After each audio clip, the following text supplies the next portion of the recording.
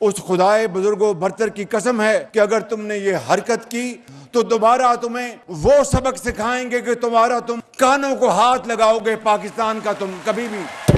সিন্ধু নদীর পানি বণ্টন চুক্তি নিয়ে ভারতকে কড়া হুঁশিয়ারি দিয়েছেন পাকিস্তানের প্রধানমন্ত্রী শেহবাজ শরীফ। তিনি বলেছেন, যদি ভারত নদীর পানি স্থায়ীভাবে আটকে রাখার পরিকল্পনা করে তবে পাকিস্তান তাদের উচিত শিক্ষা দেবে। মঙ্গলবার ইসলামাবাদে আন্তর্জাতিক যুব দিবস উপলক্ষে আয়োজিত এক অনুষ্ঠান থেকে তিনি এই হুমকি দেন।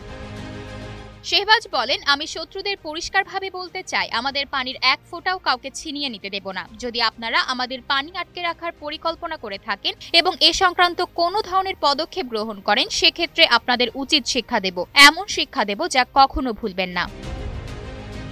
সিন্ধু নদীর পানি বণ্টন চুক্তি নিয়ে মূলত তীব্র উত্তেজনা তৈরি হয় গত বছর 22 এপ্রিল ভারতের জম্মু কাশ্মীর রাজ্যের পেহেলগামে ভয়াবহ বন্দুক হামলায়, যখন 25 ভারতীয় এবং এক নেপালি পর্যটক নিহত হয়। হামলার দায় পাকিস্তানের উপর চাপিয়ে দিয়ে ভারত পাকিস্তানকে দায়ী করে সিন্ধু পানি বণ্টন চুক্তি স্থগিত করে। এর ফলে পাকিস্তানের 3 নদী সিন্ধু, চেনাব এবং ঝিলামের পানি প্রবাহ ব্যাপকভাবে হ্রাস পায় এবং গুরুতর ঝুঁকির মুখে পড়ে দেশটির কৃষি উৎপাদন।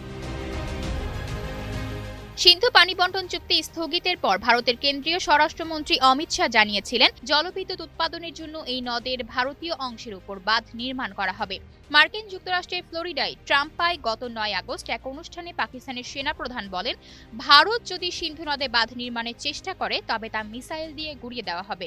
ভারতের কেন্দ্রীয় স্বরাষ্ট্রমন্ত্রী ইতোমধ্যেই জানিয়েছেন, ভারত সিন্ধু নদের ভারতীয় অংশে বাঁধ নির্মাণ করবে এবং এটি চুক্তির শর্ত অনুযায়ী হবে। তবে পাকিস্তানের পক্ষ থেকে সরাসরি হুমকি ও চাপের মধ্যে থেকে বিষয়টি আন্তর্জাতিক মঞ্চেও যেন উত্তপ্ত পরিস্থিতির সৃষ্টি করছে।